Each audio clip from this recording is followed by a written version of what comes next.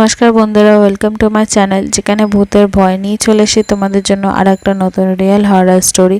তোমাদের স্টোরিগুলো পছন্দ হয়ে থাকলে আমাদের চ্যানেলটা সাবস্ক্রাইব করো, পাশে থাকা বেল আইকনটি বাজিয়ে দিও আমাদের ভিডিও নোটিফিকেশন সবার আগে পাওয়ার জন্য। আর অবশ্যই করে লাইক করো, কমেন্ট করে জানিয়ে তোমাদের স্টোরিগুলো কেমন লাগছে। তোমাদের পছন্দ হয়ে থাকলে নিজের বন্ধুদের মাঝখানে অনেক অনেক করে শেয়ার করো। তোমাদের সাথেও যদি কোনো রিয়েল হরর এক্সপিরিয়েন্স হয়ে থাকে তো সেটা আমাদের সাথে শেয়ার করতে পারো। ইনস্টাগ্রামের লিঙ্ক নিচে ডিসক্রিপশনে দেওয়া আছে, সেখানে এসে আমাদের সাথে কথা বলতে পারো, নিজেদের স্টোরি জানাতে পারো, আমরা তার উপরেও ভিডিও আনবো। আর প্লিজ বন্ধুরা, ইনস্টাগ্রামের লিঙ্ক নিচে দেওয়া আছে, প্লিজ ইনস্টাগ্রামের পেজটা ফলো করে নিও। তাহলে চলো আজকের গল্প শুরু করা যাক। মাথা কাটা মানুষ। গ্রামের নাম বিষণ্ণপুর। এই গ্রামটি একটি গভীর বনাঞ্চলের মাঝে অবস্থিত। বহু বছর আগে এই গ্রামে একটি ভয়ঙ্কর হত্যাকাণ্ড ঘটে। গ্রামের এক যুবক রতন তার পরিবারের জমিজমা নিয়ে ঝগড়ার পর উন্মাদ হয়ে ওঠে এবং রাতে গভীর বনে গিয়ে তার নিজের মাথা কেটে আত্মহত্যা করে। তার মৃতদেহ পাওয়া যায়, কিন্তু মাথা কখনোই খুঁজে পাওয়া যায়নি। বছর পর বছর কেটে গেছে, কিন্তু রতনের আত্মা আজও শান্তি পায়নি। প্রতি পূর্ণিমার রাতে গ্রামের মানুষ শুনতে পায় বনের মধ্যে এক অদ্ভুত আওয়াজ, যেন কেউ করুণ স্বরে কাঁদছে। কেউ কেউ বলে তারা রতনের মাথাহীন দেহকে গভীর বনের মধ্যে ঘুরতে দেখেছে। গ্রামবাসীদের মধ্যে একটি কথা প্রচলিত আছে, যদি কেউ রতনের আত্মার মুখোমুখি হয়, তাহলে সেই ব্যক্তি আর জীবিত ফিরে আসে না। একদিন একটি দল শহর থেকে এই গ্রামে আসে। তারা শুনেছে রতনের গল্প এবং ভিডিওতে এটি ধারণ করার জন্য তারা গভীর রাতে বনের মধ্যে যায়। তাদের যাত্রা শুরু হয় একটি উত্তেজনাপূর্ণ ভিডিওর জন্য, কিন্তু বনের মধ্যে ঢোকার পরপরই তারা অদ্ভুত ঘটনার সম্মুখীন হতে শুরু করে। প্রথমে তারা শুনতে পায় দূর থেকে কাদার আওয়াজ। তারপর তাদের টর্চের আলো বারবার নিভে যায়। ধীরে ধীরে তারা অনুভব করে কেউ যেন তাদের দিকে এগিয়ে আসছে, কিন্তু আশেপাশে কেউ নেই। হঠাৎ করেই একজন তাদের মধ্যে থেকে একটি চিৎকার দিয়ে বলে ওঠে, আমার পেছনে কি কিছু আছে।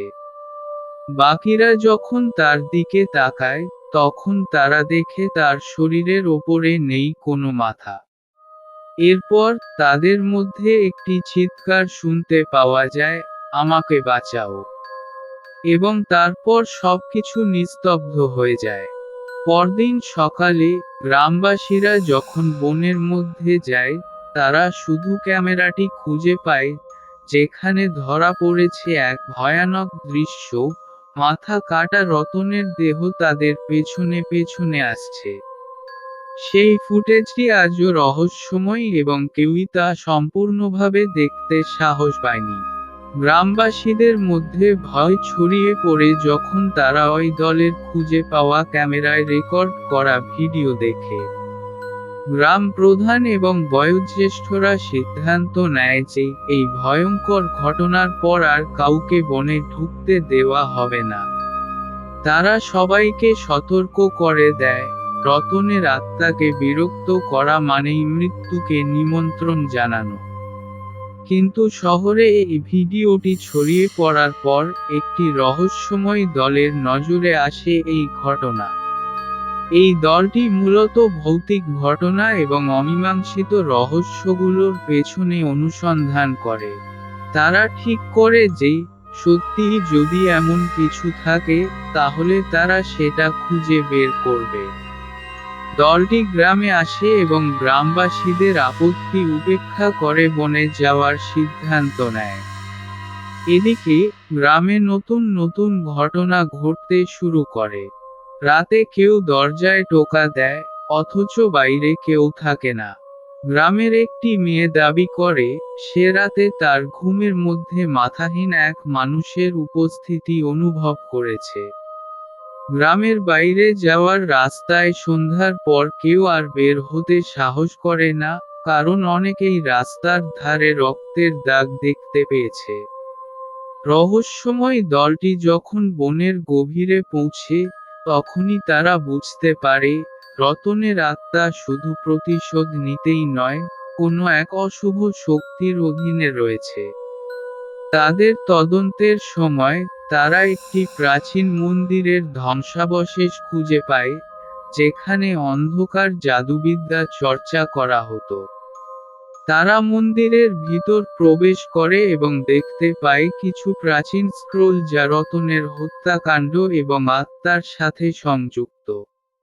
স্ক্রোলগুলির মধ্যে লেখা আছে একটি অভিশাপের কথা, যা পূর্ণিমার রাতে মুক্তি পায়।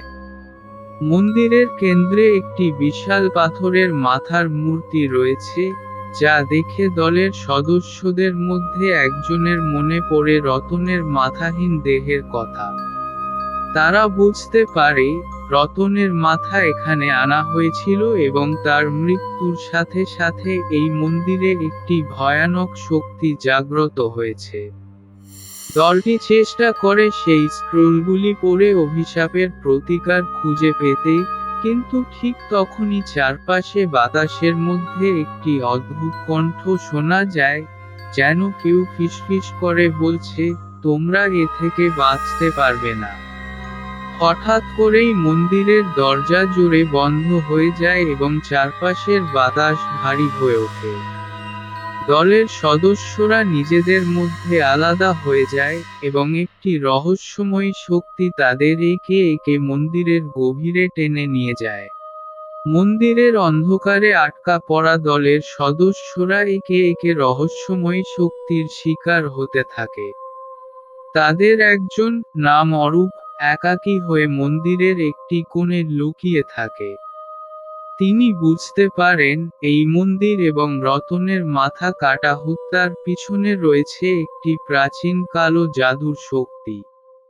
মন্দিরের দেওয়ালে খোদাই করা প্রতীকগুলি এবং স্ক্রোলগুলির মধ্যে লুকানো তথ্য তাকে জানান দেয় যে, রতনের মাথা একটি বিশেষ শক্তিশালী জাদুকর ব্যবহার করেছিল, যার উদ্দেশ্য ছিল রতনের আত্মাকে চিরকাল শৃঙ্খলিত রাখা।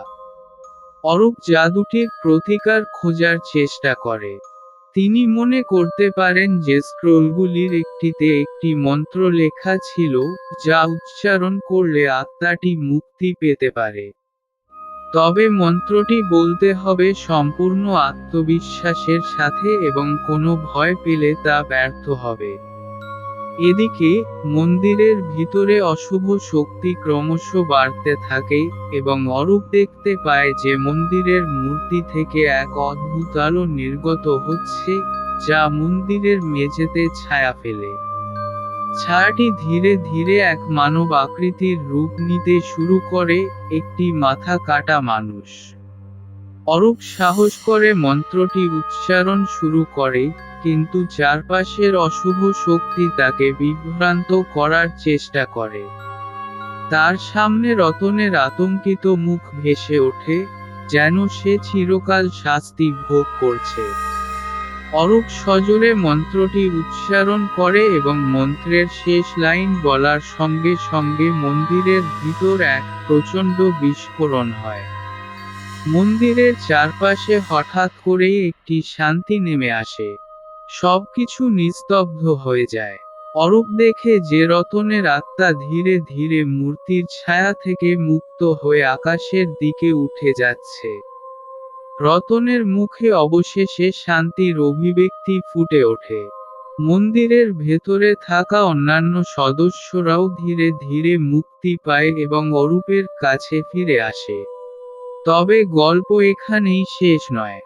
গ্রামে ফিরে আসার পর, তারা বুঝতে পারে যে রতনের অভিশাপ মুক্তি পেলেও মন্দিরের কালো জাদুর প্রভাব এখনো পুরোপুরি শেষ হয়নি। গ্রামের মানুষ এখনো রাতের বেলা অদ্ভুত স্বপ্ন দেখে, আর কখনো কখনো কেউ কেউ বনের দিকে তাকালে মনে করে, গভীর অন্ধকারের মধ্যে এক মাথা কাটা ছায়া তাদের দিকে তাকিয়ে আছে। মাথা কাটা মানুষ।